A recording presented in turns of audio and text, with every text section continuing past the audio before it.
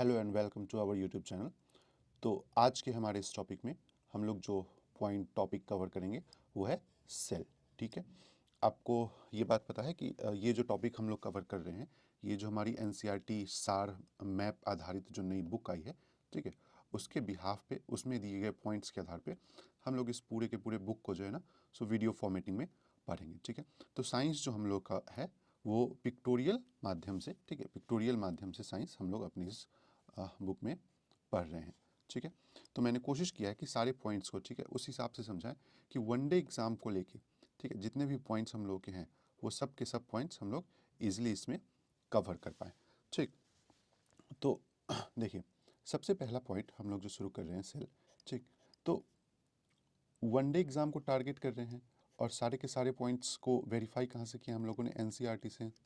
ठीक है, तो उस हिसाब से, ठीक है, जो बेसिक अंडरस्टैंडिंग बिल्ड करते हुए, ठीक है, बेसिक अंडरस्टैंडिंग बिल्ड करते हुए जितने भी क्वेश्चंस हम लोग के साथ होंगे उसको हम लोग इसमें आराम आराम से धीरे धीरे करते हुए जाएंगे। ठीक है, चलिए, तो सबसे पहले हम लोग देख लेते हैं कि कोशिका होती क्या है। ठीक है, कोशिका वास्तव में जीवन की सबसे छोटी संरचनात्मक एवं कार्यात्मक इकाई को कही जाती है। ठीक है, और कोशिका से संबंधित बहुत सारे ऐसे विज्ञान हैं, मतलब ऐसी ऐसी बातें हैं, कुछ साइंटिफिक नेम है, कुछ टर्मिनोलॉजी है, जिससे डायरेक्ट ही क्वेश्चन हम लोग के एग्जाम में आते हैं। जैसे सबसे पहले तो हम लोग ये देख लेते हैं, जो कोशिका शब्द है, सेल एक शब्द है, ठीक है, ये वास्तव में लैटिन भाषा के एक शब्द सेलुला से लिया गया है। ठीक है, जिसका अर्थ होता है छोटा कमरा। क्लियर है? ठीक है, सबसे पहले इसको ना एंटोन ल्यूवेन हॉक ने एक पॉन्ड में देखा था। किसने? एंटोन ल्यूवेन हॉक ने एक पॉन्ड में देखा था किसको? सेल को। ठीक है, वो एक लिविंग सेल था। क्या था? लिविंग सेल, जीवित सेल को सबसे पहले किसने देखा था? एंटोन ल्यूवेन हॉक ने। ठीक है, और रॉबर्ट हुक ने 1665 में सेल टर्म को कॉइन किया था। किसने कॉइन किया था? रॉबर्ट हुक ने। ओके, उसके बाद एक पॉइंट इसमें आता है कि कोशिका के अध्ययन को क्या कहते हैं? तो कोशिका के अध्ययन को साइटोलॉजी कहा जाता है। क्या कहा जाता है? साइटोलॉजी कहा जाता है। क्लियर है? पॉइंट क्लियर है? चलिए, इसके बाद कुछ क्वेश्चंस जो हैं सो कोशिका के रासायनिक संगठन यानी कि केमिकल कंपोजिशन से भी पूछा जाता है। ठीक है, केमिकल कंपोजिशन से भी पूछा जाता है। तो जैसे देखिए, इसमें जो सबसे ज़्यादा बार पूछा गया क्वेश्चन है वो ये है कि कोशिका में जल की मात्रा कितनी होती है और कोशिका में प्रोटीन की मात्रा कितनी होती है। ठीक है, तो जल 70 to 19% होता है, उसके बाद प्रोटीन 10 से 15। हो सकता है अगला क्वेश्चन ये बन जाए कि न्यूक्लिक अम्ल, उसमें जो है न्यूक्लिक एसिड कितना होता है, कार्बोहाइड्रेट व लिपिड की मात्रा कितनी होती है, आयन कितना होता है ना। तो ये एक उसका केमिकल कंपोजिशन है जिसमें ये सारे घटक होते हैं। ठीक है, तो हम लोगों ने इस पॉइंट में क्या क्या देखा?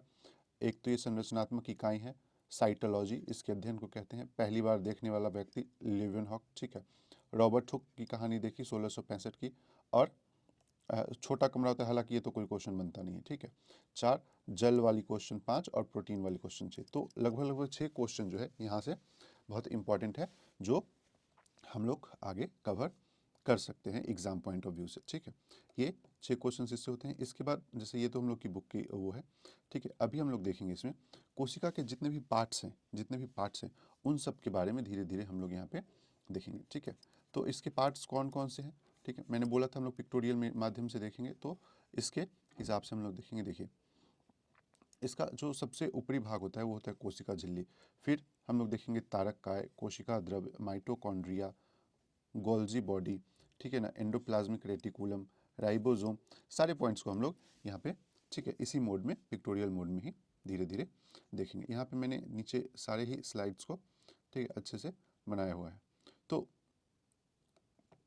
देखिए, है ना, लेकिन इसको पढ़ने से पहले हम लोग को एक पॉइंट्स और देखना पड़ेगा, वो है कोशिका के प्रकार से। किससे है? कोशिका के प्रकार से। तो अगर हम लोग देखें तो कोशिका जो है ना वास्तव में 2 प्रकार की होती है। ठीक है, पहला पहला होता है यूकैरियोटिक और दूसरा होता है प्रोकैरियोटिक। ठीक है, पहला होता है यूकैरियोटिक और दूसरा होता है प्रोकैरियोटिक। तो देखिए, इसको हम लोग कैसे याद रखेंगे? इसको हम लोग कैसे याद रखेंगे? ठीक है, तो वास्तव में जैसे हम लोग इन जनरल लाइफ में कहते हैं ना कि ये तो प्रो है, ये तो प्रो है, ठीक है ना, आईफोन प्रो मैक्स, ठीक है, pro max, iPhone pro 16 pro, है ना। तो प्रो शब्द का इस्तेमाल हम लोग जनरली किस सेंस में करते हैं, इस सेंस में करते हैं कि वो चीज़ें कितनी बेहतर है आम से, ठीक है। लेकिन यहाँ पे बिल्कुल ही उल्टा है। जो प्रोकैरियोटिक है, ठीक है, जो प्रोकैरियोटिक कोशिका है उसमें सब कुछ ही, उसमें कोई भी बात ही ऐसा नहीं है जो प्रो वाली हो। या तो सब कुछ एब्सेंट होगा या यूकैरियोटिक से कम होगा, सीधी सीधी बात है। जैसे न्यूक्लियर झिल्ली के बारे में हम लोग देखें, ठीक है, तो प्रोकैरियोटिक में अनुपस्थित है और यूकैरियोटिक में उपस्थित है, ठीक है। न्यूक्लियोलस देखिए, इसमें एब्सेंट है, इसमें प्रेजेंट है, ठीक है, प्रेजेंट है, एब्सेंट है। गुणसूत्र देखें तो इसमें सिंगल है, इसमें सिंगल और मल्टीपल, ये दोनों हैं। प्रजनन ये केवल जो है सो अलैंगिक करता है, असेक्सुअल करता है, ये सेक्सुअल और असेक्सुअल दोनों करता है ना। ये सिंगल सेलुलर है, ये जो है सो ज़्यादातर मल्टी सेलुलर होता है ना। इसमें झिल्ली जो है, झिल्ली कोशिकांग, ये एब्सेंट होता है, इसमें प्रेजेंट होता है जैसे माइटोकॉन्ड्रिया में, ऐसे करके बहुत सारे पॉइंट्स हैं। लेकिन इस सेक्शन से ये तो हम लोग समझ गए कि इसमें कोई भी चीज़ अगर लगाना हो आंसर तो कैसे लगाएंगे। लेकिन सबसे ज़्यादा बार जो पूछा गया क्वेश्चन है ना, वो इसके एग्जाम्पल हैं।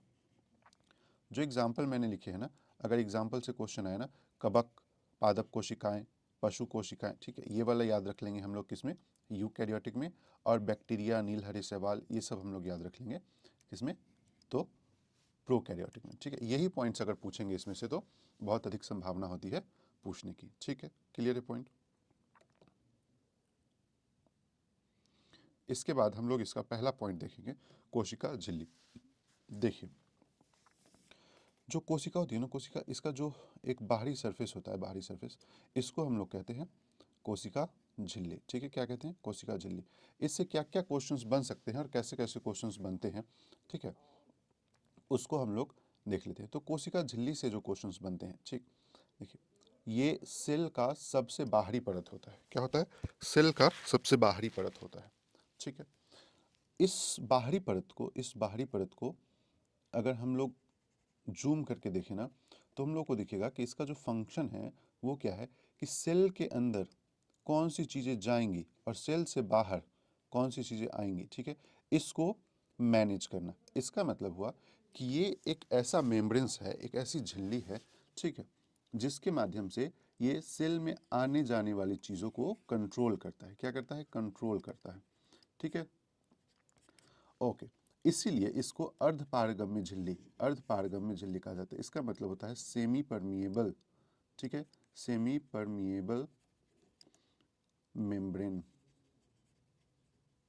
सेमी परमिएबल मेम्ब्रेन इसका नाम इसीलिए क्योंकि इसमें क्या जाएगा सेल में और क्या सेल से बाहर आएगा, इस चीज़ को कंट्रोल करता है।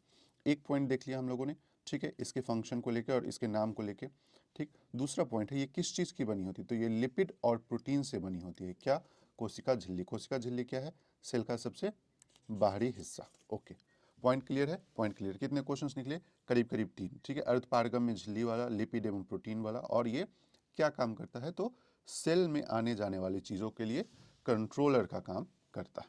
चलिए, तो हम लोग का जो अगला पॉइंट होगा इसमें वो है केंद्रक को लेके, ठीक है। किसको लेके, केंद्रक को लेके। केंद्रक को लेके अगर हम लोग देखें, देखिए, केंद्रक है क्या वास्तव में, केंद्रक है किसी भी सेल का जो सबसे मुख्य बिंदु, केंद्र का बिंदु है, वो वास्तव में केंद्रक है। क्या, जैसे ये मान लीजिए हम लोग का ये सेल है, ठीक है, ये इसका केंद्रक है। अब ये जरूरी नहीं है कि एकदम सेंटर में ही सिचुएटेड हो, ऐसा मान के नहीं चलेंगे कि जो एकदम केंद्र में होगा वही केंद्रक, नहीं। न्यूक्लियस, ठीक है, इसको न्यूक्लियस, सबसे पहले तो ये जान लीजिए कि रॉबर्ट ब्राउनी ने, ठीक है, रॉबर्ट ब्राउनी ने 1831 में, ठीक है, केंद्रक को ढूंढा था और इसी ने इसका नामकरण किया था न्यूक्लियस, ठीक है, इसी ने इसका नामकरण किया था न्यूक्लियस, ठीक है। इसका काम क्या है, ये कोशिका का वास्तव में मैनेजर होता है। क्या होता है, ये कोशिका का वास्तव में मैनेजर होता है, प्रबंधक होता है, ठीक है। ये क्या करती है, ठीक है, ये वास्तव में इसमें कुछ क्रोमोसोम्स, गुणसूत्र अवेलेबल होते हैं जो अनुवांशिक गुणों को, ठीक है, ह्यूमन में अनुवांशिक गुण जितने भी होते हैं, जो भी जेनेटिक्स होते हैं, जीन्स होते हैं, उसको, ठीक है, नियंत्रित करता है। क्या करता है, नियंत्रित। कौन, क्रोमोसोम। क्रोमोसोम कहाँ होता है, केंद्रक में होता है, ठीक है। देखिए, एक तो हम लोगों ने इसमें क्रोमोसोम देख लिया, एक प्रबंधक है ये वो देख लिया, रॉबर्ट ब्राउनी वाला देख लिया, 3 हो गए, ठीक है। इसके बाद एक पॉइंट इसमें हम लोगों को देखना है क्राउमेटीन का, ठीक है। केंद्रक में क्रोमैटिन होता है जो कि विभाजन के दौरान गुणसूत्र में बदल जाता है। ठीक है, यही क्रोमैटिन डिवाइड होकर विभाजन के वक्त, ठीक है, क्या बनता है, गुणसूत्र बनता है। और मानव में 23 जोड़े, यानी कि टोटल 23 जोड़े का मतलब हो गया 46 गुणसूत्र क्रोमोजोम पाए जाते हैं। कितने क्रोमोजोम पाए जाते हैं? ठीक है, तो 3 यहाँ तक हो गए थे, रॉबर्ट ब्राउन तक हो गए थे हम लोग के, रॉबर्ट ब्राउन तक हो गए थे। उसके बाद क्रोमैटिन वाला हो गया, और एक ये, तो 4-5 क्वेश्चंस जनरली यहाँ से हम लोग के निकलते हैं। ठीक है, चलिए इसके बाद जो हम लोग का अगला पॉइंट है केंद्रक के बाद, ठीक है, वो है तारक का है, सेंटर सोम कहते हैं। ठीक है, छोटा सा पॉइंट है लेकिन इंपॉर्टेंट क्वेश्चन हैं इसके। 2 ही क्वेश्चन इंपॉर्टेंट है। देखिए कहीं पे भी आपको, कहीं पे भी ऐसा क्वेश्चन आ जाए ना कि ध्रुवों का निर्माण या समसूत्री विभाजन, तो बिना कुछ सोचे आंख बंद करके, ठीक है, बिना कुछ सोचे आंख बंद करके सेंटरसोम या तारक काय लगा के आइएगा। एक पॉइंट तो ये जान लीजिए, ठीक है, समसूत्री विभाजन या ध्रुवों का निर्माण, इस 2 पॉइंट में से कोई भी पॉइंट हो तो आप क्या लगा के आएंगे, तारक काय। दूसरा इसका इंपॉर्टेंट पॉइंट ये है कि ये सिर्फ और सिर्फ एनिमल सेल में पाया जाता है। देखिए सेल जो है वो प्लांट के अलग हैं और एनिमल के अलग हैं। ठीक है, सब में लगभग पॉइंट्स कॉमन होते हैं, लेकिन कुछ पॉइंट्स ऐसे हैं जो सिर्फ एनिमल में होते हैं जैसे सेंटरसोम, और कुछ पॉइंट्स ऐसे हैं जो सिर्फ प्लांट्स में होते हैं। ठीक है, तो इसके बारे में हम लोग अभी नीचे जब चलेंगे तो उसमें हम लोग देखेंगे। ठीक है, जैसे क्या कहते हैं उसको, क्लोरोप्लास्ट वगैरह हो गया, ये सब किस में है, सिर्फ और सिर्फ प्लांट में है। तो अभी जैसे जैसे हम लोग धीरे धीरे चलेंगे ना नीचे, हम लोग को मिल जाएगा वो टॉपिक कोई। चलिए इसके बाद तारक काय के बाद हम लोग देखेंगे सबसे इंपॉर्टेंट पॉइंट, ठीक है, एंडोप्लाज्मिक रेटिकुलम। क्या देखेंगे, एंडोप्लाज्मिक रेटिकुलम। ठीक है, अंतर्द्रव्यीय जालिका। देखिए अब पहले एक बार हम लोग इमेज पे ध्यान से देखेंगे। जैसे ये जो इमेज है, ठीक है, ये जो इमेज है इसको अगर हम लोग जूम करके देखें, ठीक, तो हम लोग को दिखेगा कि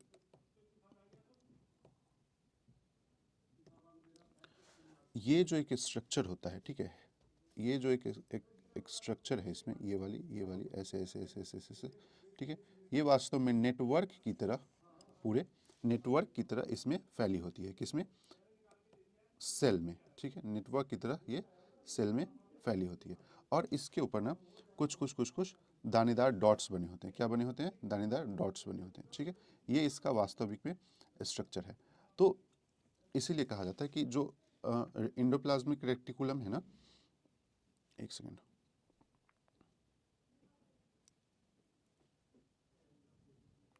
गरीबी होने के कारण बहुत ही घटिया टेक्नोलॉजी से मैं आप लोगों को पढ़ा रहा हूँ।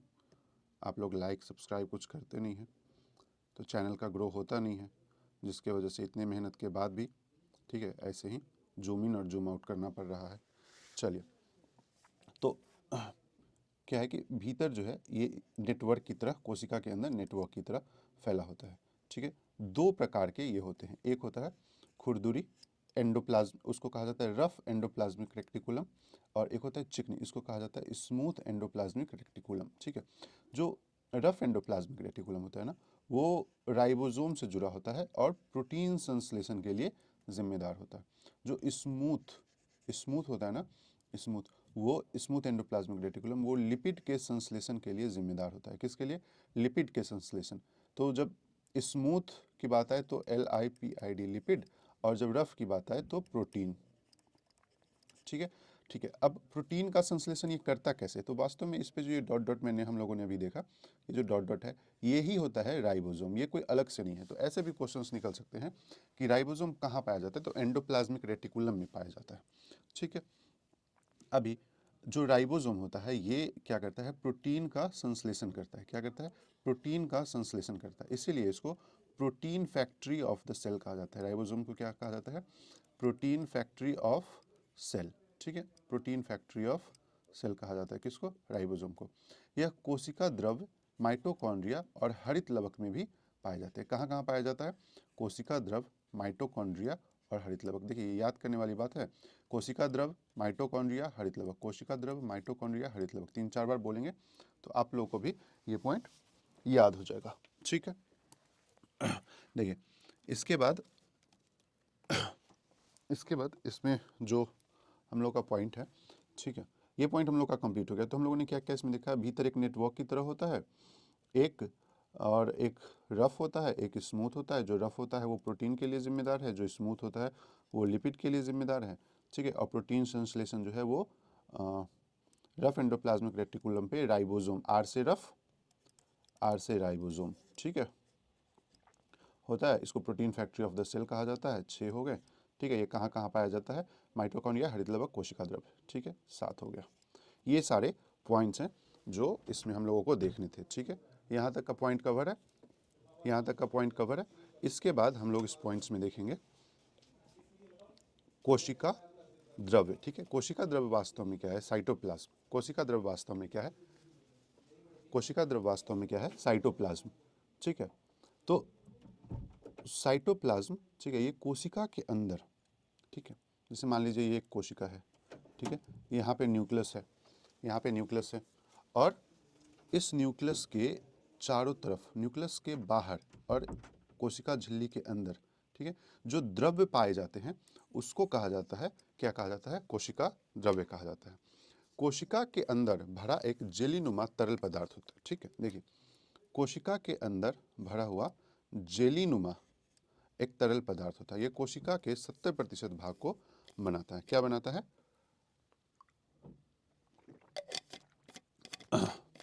कोशिका के 70% भाग को बनाता है। कोशिका द्रव्य में, कोशिका द्रव्य में पानी, लवण और कई तरह के कार्बनिक अणु पाए जाते हैं। क्या? पानी, लवण और कई तरह के कार्बनिक अणु पाए जाते हैं। क्या पाए जाते हैं? कार्बनिक अणु पाए जाते हैं, ठीक है। क्लियर है पॉइंट? क्लियर। इसमें क्या क्या क्वेश्चन हुआ? ये 70% भाग को बनाता है, जेलीनुमा होता है कहाँ? केंद्र के बाहर, और झिल्ली के अंदर जो द्रव्य पाए जाते हैं वो सारे द्रव्य यही हैं, ठीक है। क्लियर है पॉइंट? चलिए, इसके बाद कोशिका द्रव्य, साइटोप्लाज्म के बाद माइटोकॉन्ड्रिया, ठीक है। आप लोग को ऑब्जेक्टिव याद ही होगा, आप लोग को ऑब्जेक्टिव याद ही होगा। क्या ऑब्जेक्टिव? माइटोकॉन्ड्रिया का सबसे famous question, power house of the cell. जैसे मान लीजिए ये जो स्ट्रक्चर है, ये जो स्ट्रक्चर है, ठीक है, ये स्ट्रक्चर को अगर हम लोग जूम आउट करके देखेंगे तो हम लोग को पता चलेगा कि यहीं पे, ठीक है, ऊर्जा जो है, ठीक है, उत्पन्न होती है सेल में। क्या उत्पन्न होती है? ऊर्जा। उस ऊर्जा को क्या कहा जाता है? एटीपी कहा जाता है, ठीक है, एटीपी कहा जाता है। और कोशिका का श्वसन भी जो है सो यही होता है। कहाँ होता है कोशिका का श्वसन? यहीं पे, ठीक है। तो इससे हम लोग जनरली कितने क्वेश्चंस देख लिए? 3 क्वेश्चंस इससे देख लिए। पहला क्वेश्चन क्या हो गया? पहला क्वेश्चन हम लोग का हो गया, ठीक है, कोशिका का शक्ति केंद्र, ठीक है, कोशिका का शक्ति केंद्र क्या है? कोशिका का शक्ति केंद्र, power house of the cell, mitochondria. दूसरा है कि ये श्वसन के लिए जिम्मेदार होता है, इसको याद रखिएगा, जनरली लोग इसको मिस कर देते हैं। तीसरा, यहाँ पे ऊर्जा उत्पन्न होता है, इसीलिए इसको पावर हाउस ऑफ सेल कहा जाता है। ऊर्जा क्या होती है? एटीपी। अच्छा, आप लोगों को पता है एटीपी का फुल फॉर्म क्या है? ठीक है, एटीपी का फुल फॉर्म एडिनोसाइन ट्राइफॉस्फेट। क्या है? Adenosine, adenosine triphosphate, ADENOSIN, adenosine triphosphate, है ना, ट्राइफॉस्फेट, ठीक है, एडिनोसाइन ट्राइफॉस्फेट इसका फुल फॉर्म है। किसका? एटीपी का। ये भी ऑब्जेक्टिव क्वेश्चंस में जनरली पूछे जाते हैं, एटीपी का फुल फॉर्म क्या है? एटीपी क्या है? ऊर्जा है, ठीक। चलिए, अभी अब माइटोकॉन्ड्रिया के बाद जो हमारा पॉइंट है वो है गोल्जी कॉय। देखिए, गोल्जी कॉय जिस तरीके से हम लोग एंडोप्लाज्मिक रेटिकुलम में देखे थे, ठीक है, कि एंडोप्लाज्मिक रेटिकुलम में देखे थे कि उसी के अंदर, ठीक है, राइबोसोम है जो कि किस चीज़ के लिए जिम्मेदार है? प्रोटीन के संश्लेषण के लिए। उसी तरीके से गोल्जी बॉडी भी है, इसी के अंदर लाइसोसोम है, ठीक है। लाइसोसोम क्या होता है? आत्मघाती थैली होती है, ठीक है। अब इसके बारे में हम लोग अभी सारा पॉइंट्स एक एक करके देखेंगे। देखिए, गोल्जी कॉय, सबसे पहले तो मैं आपको बता दूं कि इसका नाम गोल्जी बॉडी क्यों रखा गया। इसका नाम गोल्जी बॉडी इसलिए रखा गया कि कैमिलियो गोल्जी ने ही, ठीक है, इसको ढूंढा था, ठीक है। ये प्रोटीन और अन्य पदार्थ, इसका फंक्शन क्या है? फंक्शन, रोल क्या है? ठीक है, इसका रोल है, इसका फंक्शन है कि ये प्रोटीन और प्रोटीन के साथ अन्य पदार्थों को, ठीक है, पैक करके कोशिका से बाहर भेजता है, ठीक है।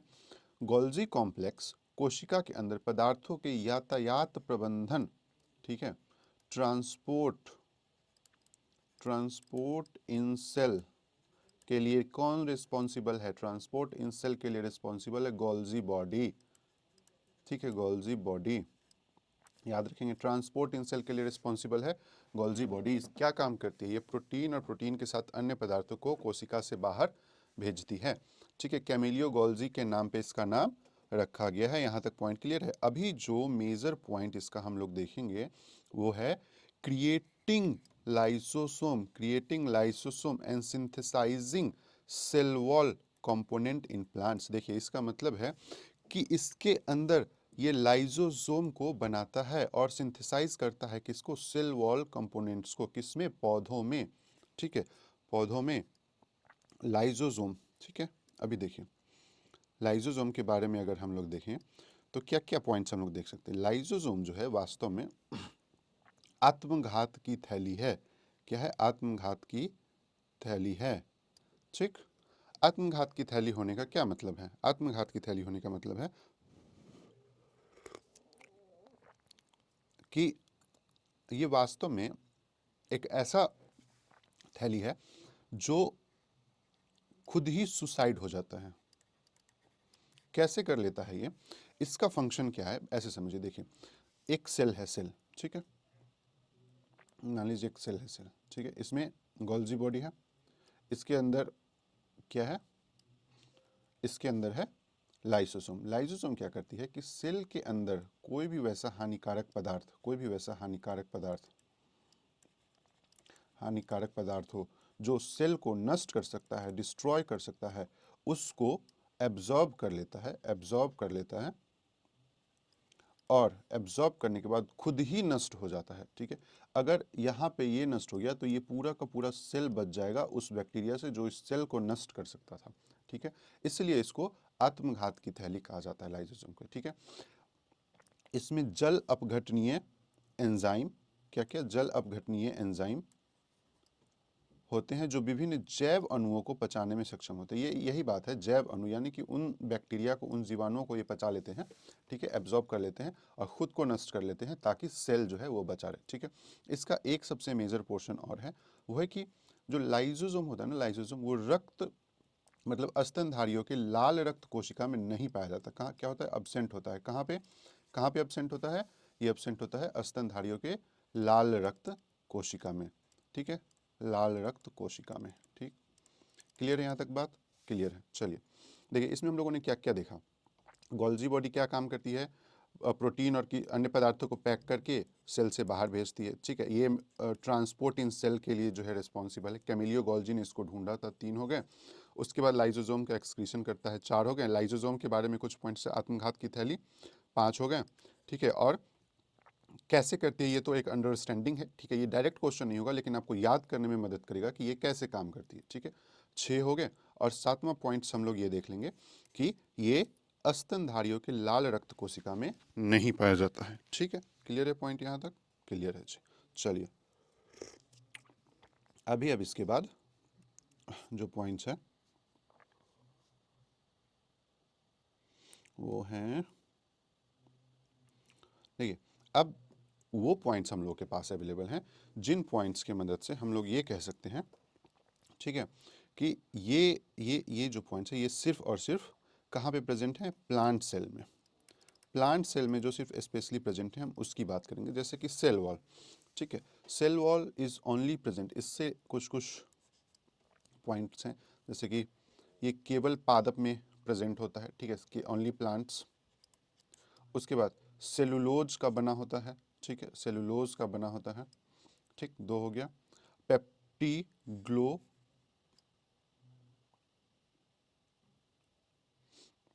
देखिए ये जीवाणुओं में ये पेप्टिडोग्लाइकेन से बनी होती है। क्या होती है? जीवाणुओं में ये पेप्टिडोग्लाइकेन से बनी होती है। 3 पॉइंट्स यहाँ पे इससे रिलेटेड हम लोगों ने देख लिया। इसके बाद है क्या? लवक। क्या है? लवक। ठीक, अब लवक जो है ना वो 3 प्रकार की होती है, हरित लवक, अवर्णी लवक और वर्णी लवक। समझ गए? ठीक है, देखिए प्लास्टिड, लवक। ठीक, 3 पॉइंट्स इसके हैं और तीनों में एक बेसिक क्वेश्चंस हैं, लेकिन तीनों के क्वेश्चंस इंपॉर्टेंट हैं अपने आप में। जैसे कि हरित लवक से 2 क्वेश्चन हम लोग के बनते हैं। पहला, ये प्रकाश संश्लेषण के लिए जिम्मेदार होता है। अच्छा, अगर जो प्रकाश संश्लेषण करेगा, कॉमन सेंस की बात है, जो प्रकाश संश्लेषण करेगा वहीं पे ऊर्जा उत्पन्न होगी, ऊर्जा उत्पन्न होगी, क्लियर है बात। ऊर्जा क्या है? एटीपी, ठीक है, एटीपी है ऊर्जा। और जो ऊर्जा उत्पन्न करेगा उसी को तो हम लोग कहेंगे कोशिका का रसोई घर, जहाँ खाना बनेगा वहीं तो ऊर्जा उत्पन्न होगा, ठीक है। तो इससे 3 क्वेश्चन है कि कोशिका का रसोई घर किसको कहा जाता है, तो क्लोरोप्लास्ट को कहा जाता है, हरित लवक को कहा जाता है। और यहाँ पे ऊर्जा उत्पन्न होता है, ठीक है, सौर ऊर्जा एटीपी में बदलता है, यानी कि ऊर्जा उत्पन्न होता है, प्रकाश संश्लेषण भी यही होता है, ठीक है। उसके बाद है अवर्णी लवक। अब जो खाना यहाँ हरित लवक में बना वो खाना कहीं ना कहीं तो रखा जाएगा ना, तो वो जो स्टोरेज का काम करती है, जो स्टोरेज का काम करती है वो है अवर्णी लवक, ठीक है। और पौधों में, फूलों में, इन सब चीज़ में जो रंग भरे जाते हैं वो भर जाते हैं क्रोमोप्लास्ट से, वर्णी लवक से। जैसे रंगीन लवक, जैसे आप देखते हैं गुलाब लाल है, ठीक है, क्यों है लाल? गुलाब लाल है, क्यों है लाल? क्योंकि वर्णी लवक है उसमें लाल रंग का, क्रोमोप्लास्ट, ठीक है। क्रोमोप्लास्ट पौधों में, फूलों में, फलों में रंग के लिए जिम्मेदार होता है। चलिए नेक्स्ट पॉइंट, राजधानी। देखिए इसमें कुछ खास पॉइंट्स नहीं है, लेकिन एक क्वेश्चन इसका जो है, 2 क्वेश्चन वो बड़ा ही इंपॉर्टेंट है, ठीक है। एक तो ये कि जो राजधानी है, ठीक है, कोशिका का निर्जीव अंग होता है, ठीक है, सजीव है कि निर्जीव है ये भी क्वेश्चन हो सकते हैं, लेकिन ये जनरली नहीं पूछता। देखिए पहले हम लोग इमेज देख लेते हैं इसका। ये ना एक बहुत बड़े हिस्से में वास्तव में किसी भी सेल में होता है। तो जो प्लांट होता है ना, प्लांट की जो सेल होती है उसका 90% स्थान वैक्यूलस ही घेरे हुए रहता है। कितना प्रतिशत? 90%। सबसे इंपॉर्टेंट क्वेश्चन मान के चलिए वैक्यूलस का 90%, ठीक है। अमीबा में ये उत्सर्जन के लिए उपयोग होता है, लेकिन ये जनरली क्या होता है? निर्जीव होता है। अच्छा, जो वैक्यूलस होता है वो एकल झिल्ली से अवतरित होता है, ठीक है। क्या होता है? एकल झिल्ली से आवृत होता है, यानी कि घिरा होता है, एकल झिल्ली से घिरा होता है, ठीक है। और इसी को टोनोप्लास्ट कहा जाता है। क्या कहा जाता है? टोनोप्लास्ट। देखिए 3 क्वेश्चंस जनरली हम लोग देखेंगे। 90% ऑफ प्लांट सेल, ठीक है, ये एकल झिल्ली से, सिंगल मेम्ब्रेन से ये जो है सो घिरा होता है, और इसी सिंगल मेम्ब्रेन से घिरे होने के बाद इसको टोनोप्लास्ट कहते हैं। क्या कहते हैं? टोनोप्लास्ट कहते हैं। ये जो घिरा हुआ है वास्तव में यही है सिंगल मेम्ब्रेन, और इसी मेम्ब्रेन को कहते हैं टोनोप्लास्ट, ठीक है। ये चलिए, तो राजधानी के भी 3-4 क्वेश्चंस थे जो हम लोगों ने देख लिया यहाँ पे अच्छे से। इसके बाद जो मेजर सेक्शन यहाँ पे निकल के आता है वो है कोशिका की संरचना, ठीक है। अभी देखिए थोड़े से और हैं, 2-3 स्लाइड और हैं, लेकिन इंपॉर्टेंट है। जैसे कोशिका के विभाजन, कोशिका की संरचना, ये 2 टॉपिक पढ़ेंगे हम लोग, और सेल हम लोग का ऐसे कंप्लीट हो जाएगा जैसे कोई भी क्वेश्चन हम लोग करीब सारे ही क्वेश्चन मान के चलिए कि हम लोगों ने यहाँ पे कवर कर लिया। इसमें कुछ है नहीं। जैसे देखिए कोशिका की संरचना वास्तव में क्या 2 तरीके की होती है। एक या तो वो सिंगल सेल होगा, ठीक है, एक कोशीय जीव, या तो मल्टी सेलुलर होगा, बहुकोशिकीय जीव, ठीक है। केवल एक कोशिका से जो बनी होती है उसको कहते हैं, वास्तव में क्या है? बस एक नाम है, सिंगल सेलुलर और मल्टी सेलुलर, और इसके एग्जाम्पल्स हैं। एग्जाम्पल्स क्या हैं? एग्जाम्पल्स पूछेंगे आपको कि इसमें से कौन सिंगल सेलुलर है और कौन मल्टी सेलुलर है। तो कवक, प्लांट, एनिमल, ये सब जो भी है वो सारे मल्टी सेलुलर में है, ठीक है। और अमीबा, पैरामीशिया, ठीक है, बैक्टीरिया, ये सब जो हैं वो सारे किस में आते हैं? ये सारे सिंगल सेलुलर में आते हैं, ठीक है। पॉइंट क्लियर है। लेकिन अगर सेल से पूछता है तो बाकी सब टॉपिक को छोड़ के इसके पूछने की संभावना बहुत कम होती है। चलिए कोशिका के विभाजन के बारे में हम लोग देख लेते हैं कुछ पॉइंट्स। इसमें भी बहुत सारे इंपॉर्टेंट पॉइंट्स हैं, टॉपिक्स हैं, जिससे क्वेश्चंस मल्टीपल एग्जाम्स में पूछे जाते हैं। जो सबसे इंपॉर्टेंट पॉइंट्स है इसका वो है 1855 में, ठीक है। ये आपको जनरली सारे बुक्स में कहीं पे भी ये सारे क्वेश्चंस नहीं देखने को मिलेंगे, लेकिन एग्जाम में पूछे जाते हैं। 1855 में वीर चाव ने, किसने? वीर चाव, ठीक है, ऐसा चाव जो वीर हो, उसने कोशिका के विभाजन को संभव बनाया, कोशिका के विभाजन को देख पाया, ठीक है। तो कोशिका के विभाजन जनरली 2 प्रकार के होते हैं, माइटोसिस और मियोसिस, ठीक है। तो पहला पॉइंट है माइटोसिस, हम लोग उसको देख लेते हैं, ठीक है। ये वास्तव में बहुकोशिकीय जीवों में, ठीक है, वृद्धि और मरम्मत के लिए जिम्मेदार होता है। ये क्षतिग्रस्त ऊतकों की मरम्मत में मदद करता है, मतलब वैसे टिश्यू जो डिस्ट्रॉय हो गए हैं, ठीक है, या डिस्ट्रॉय होने वाले हों, ठीक है, मतलब खराब हो रहे हों, ठीक है, उसको ठीक करने में, रिपेयरिंग में हेल्पफुल होता है। तो उसको क्या कहते हैं? माइटोसिस। इसकी प्रक्रिया क्या है? इसमें होता क्या है? देखिए एक मदर सेल, ठीक है, अपने आप को डिवाइड करके दो डॉटर सेल में, ठीक है, दो आइडेंटिकल डॉटर सेल हम लोग कह सकते हैं, जैसी मदर सेल है वैसे ही डॉटर सेल में अपने आप को डिवाइड कर लेती है, मातृ कोशिका और पुत्री कोशिका, ठीक है। जो मदर सेल है बिल्कुल एग्जैक्ट रेप्लिका बनाएगी अपने दो, ठीक है, डॉटर सेल, यही है माइटोसिस, ठीक है। ठीक है, एक मदर सेल टूट के दो डॉटर सेल में जब डिवाइड होती है, ठीक, अपने फुल पोटेंशियल के साथ, जितनी इसमें गुणसूत्र हैं, पुत्री कोशिकाओं में गुणसूत्रों की संख्या मातृ कोशिका के समान होती है, ठीक है, मातृ कोशिका के समान होती है, यानी कि the chromosome number in mother cell is equal to chromosome number in daughter cell, ठीक है। This is called what, mitosis, ठीक है, मिटोसिस, क्लियर है इसकी प्रक्रिया। इसके बाद है हम लोग का मियोसिस, ठीक है। विजमैन ने, सबसे पहली बात, विजमैन ने इसको, इस प्रक्रिया को बताया था, किसने, विजमैन ने। मोस्ट प्रोबेबिलिटी यूकैरियोटिक प्राणियों में जो हम लोगों ने दो टाइप पढ़े थे, प्रोकैरियोटिक और यूकैरियोटिक, तो यूकैरियोटिक जो भी सेल हैं उसमें मियोसिस प्रक्रिया से ही विभाजन होता है, ठीक। देखिए, इसमें एक जो मदर सेल होती है, एक जो मदर सेल होती है, ठीक है, वो फाइनली 4 डिफरेंट डॉटर सेल में कन्वर्ट हो जाती है। इसमें जो मदर सेल का जितना गुणसूत्र होता है, क्रोमोसोम होता है, ठीक है, उसका आधा क्रोमोसोम ही डॉटर सेल में होता है, बस यही अंतर है मिटोसिस और मियोसिस में, ठीक है।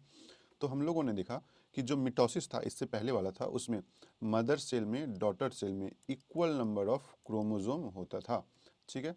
और मियोसिस में हम लोगों ने देखा कि ए मदर सेल में, डॉटर सेल में, ठीक है, जो क्रोमोसोम का नंबर है वो 1/2 है क्रोमोसोम, ठीक है, आधा है। दूसरा हम लोगों ने देखा कि जो मिटोसिस था उसमें मदर सेल अपनी दोगुना, ठीक है, जितने, एक मदर सेल 2 डॉटर सेल बनाती थी, इसमें एक मदर सेल 4 डॉटर सेल का निर्माण करती है, ठीक है।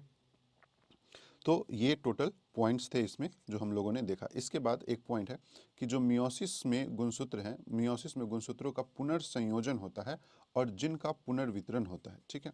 पुनर्संयोजन और पुनर्वितरण, ये डायरेक्ट एक क्वेश्चन है, इसलिए मैंने इसको यहाँ पे मेंशन कर दिया है, आप लोग इसको देख लीजिएगा अच्छे से, ठीक है। बस यही मोटा मोटा क्वेश्चन है, और आधी होती है, ये भी मैंने आपको पॉइंट बता ही दिया है, ठीक है, गुणसूत्रों की संख्या। इसके बाद इसमें कोई क्वेश्चन जनरली हम लोग का बचता नहीं है, किसमें, सेल में, ठीक है। इसके अलावा कुछ कुछ वन लाइनर है जो हम लोगों ने ऊपर देखा था, वही डायरेक्ट चीज़ें हैं, जैसे मानव शरीर में गुणसूत्रों की संख्या कितनी होती है ना। जीवनों में अत्यधिक विविधता का कारण क्या है, तो उत्परिवर्तन क्या होता है, उत्परिवर्तन होता है म्यूटेशन, यानी कि म्यूटेशन, ठीक है।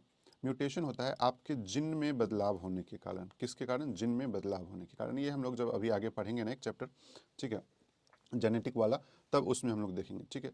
लिंग गुणसूत्र नहीं होते हैं किसमें, छिपकली में, किसमें नहीं होते हैं, छिपकली में, क्या नहीं होते, लिंग गुणसूत्र, ठीक है। पादप कोशिका जंतु कोशिका से भिन्न होती है, क्यों, कोशिका भित्ति, कहाँ होती है कोशिका भित्ति, केवल प्लांट सेल में, है ना। इसके और भी क्वेश्चंस हो सकते हैं, ठीक है, इसमें और भी पॉइंट्स ऐड हो सकते हैं। जंतु कोशिका में क्या अनुपस्थित होता है, कोशिका भित्ति, वही पॉइंट्स है, ठीक है। पावर हाउस ऑफ सेल क्या है, माइटोकॉन्ड्रिया, हम लोगों ने देखा ही है। सबसे छोटी कोशिका, सबसे छोटी कोशिका कौन सी है, ठीक है, माइकोप्लाज्मा की, और सबसे बड़ी कोशिका किसकी है, शुतुरमुर्ग के अंडे की, ठीक है। तो ये मेजर पॉइंट्स थे जो हम लोगों ने सेल में देखा। इसके अलावा भी बहुत सी सारी क्वेश्चंस बन सकती है, जैसे कि अब क्वेश्चन पूछ दिया चूहे के गुणसूत्र की संख्या क्या है, बिल्ली के गुणसूत्र की संख्या क्या है। तो थोड़े बहुत और भी क्वेश्चन जो होंगे वो जब मैं ये PDF अपने टेलीग्राम चैनल में डालूंगा उस वक्त आप लोगों को उसमें ऐड करके डाल दूंगा, लेकिन पढ़ने वाले जितने भी क्वेश्चंस थे वो हम लोगों ने कवर कर लिया। तो ये आज का हम लोग का सेशन था सेल का। आई होप कि आप लोगों को मेरा ये सेशन अच्छा लगा होगा। मैंने बहुत कोशिश की है, 12 घंटे 15 घंटे लगा के ये स्लाइड तैयार किया है, ठीक है। और ये पूरा का पूरा NCERT से वेरीफाइड है, कहीं पे भी 1% की भी गलती होने की संभावना हम लोगों ने नहीं रखी है। फिर भी anything finds wrong please suggest me, ठीक है। उससे हम लोग कोशिश करेंगे कि हम लोग अपने आप को और इम्प्रूव करें। प्लीज़ हम लोग के सेशन को लाइक करिएगा, सब्सक्राइब करिएगा, क्योंकि उसके बिना इतना ज़्यादा मेहनत करने का कोई मतलब नहीं बनता है। So thank you so much for the watching.